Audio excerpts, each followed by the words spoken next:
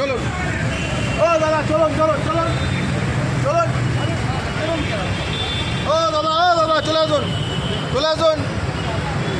চলুন, এখানে দাঁড়িয়ে লাভ নেই, ওদিকে চলুন।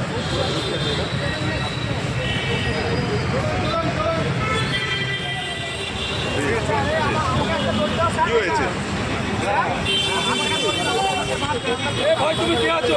প্রেসে প্রেসে এখন সরে যান, এখন সরে যান, এখন সরে যান আপনারা। আমাকে সেটা ফলো হয়ে গেছে।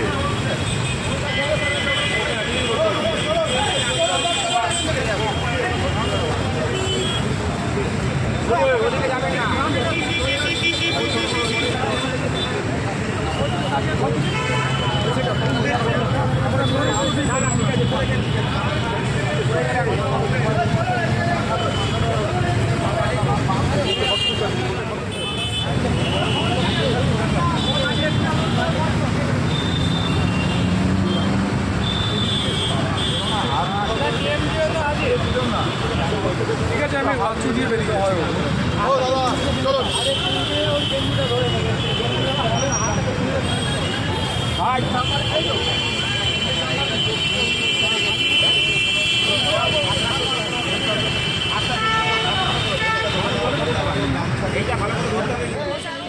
সামহাও এর ওকে ধরে রেখেছে, ওকে রেস্কিউ করতে হবে।